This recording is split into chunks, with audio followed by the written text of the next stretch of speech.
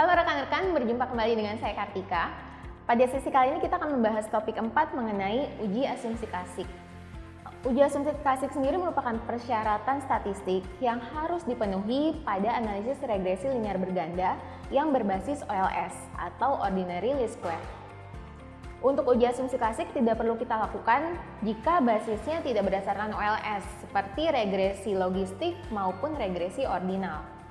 Nah, asumsi klasik terdiri dari 5 uji, yaitu ada uji normalitas, multikolinearitas, heteroskedastisitas, autokorelasi, dan linearitas.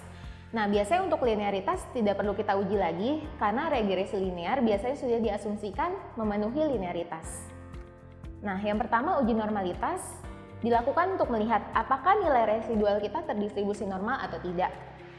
Langsung saja ke contoh soalnya sebagai berikut.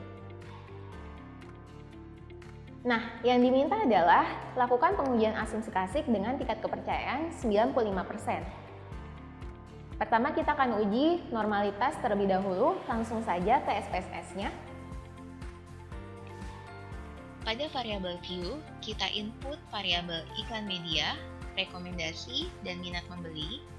Kemudian pada data view, kita input data-datanya per masing-masing variabel. Lalu kita pilih menu Analyze, Regression, Linear. Lalu kita masukkan untuk variabel minat membeli pada dependent dan variabel iklan di media dan rekomendasi pada independent. Lalu pilih menu Save.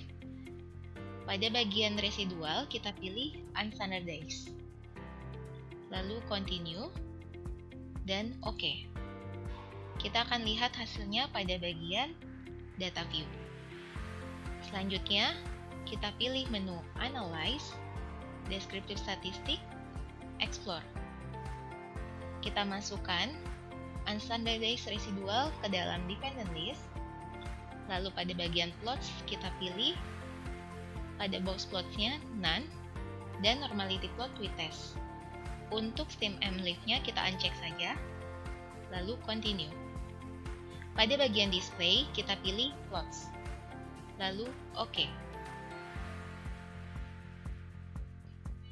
Hasilnya akan terlihat pada tabel Test of Normality.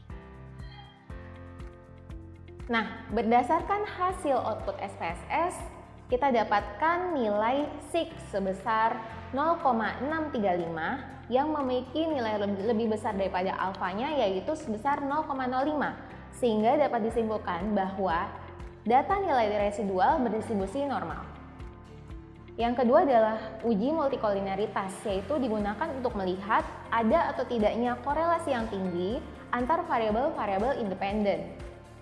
Nah, setelah diuji, kita dapatkan outputnya berdasarkan nilai tolerance dan nilai VIF sebagai berikut. Berdasarkan hasil output SPSS, dapat dilihat bahwa nilai toleransinya sebesar 0,934 memiliki nilai yang lebih besar dari 0,1, sedangkan nilai VIF-nya memiliki nilai sebesar 1,07 yang lebih kecil dari nilai 10, sehingga dapat kita simpulkan bahwa tidak terjadi multikolinearitas. Selanjutnya adalah heteroskedastisitas, yaitu digunakan untuk mengetahui apakah terdapat korelasi yang tinggi antara variabel independen dengan nilai residualnya. Nah, setelah kita uji, berikut adalah hasil output SPSS-nya. Berdasarkan hasil output, dapat dilihat bahwa nilai SIG untuk variabel iklan di media sebesar 0,894 dan nilai SIG untuk variabel rekomendasi orang lain sebesar 0,933, memiliki nilai yang lebih besar daripada alfa sebesar 0,05, sehingga dapat disimpulkan bahwa tidak terjadi heteroskedastisitas. Yang selanjutnya adalah uji autokorelasi, yaitu digunakan untuk melihat apakah terjadi korelasi antara suatu periode T dengan periode sebelumnya atau T-1. Nah, biasanya untuk uji ini hanya dilakukan untuk data time series, jadi tidak perlu kita lakukan untuk data cross-sectional. Nah, setelah diuji dengan SPSS, berikut adalah hasilnya. Berdasarkan hasil output SPSS, dapat dilihat bahwa nilai SIG sebesar 1,000 memiliki nilai yang lebih besar daripada alfa sebesar 0,05, sehingga dapat disimpulkan bahwa tidak terjadi autokorelasi. Demikianlah pembahasan kita kali ini. Sampai jumpa pada sesi selanjutnya. Selamat belajar!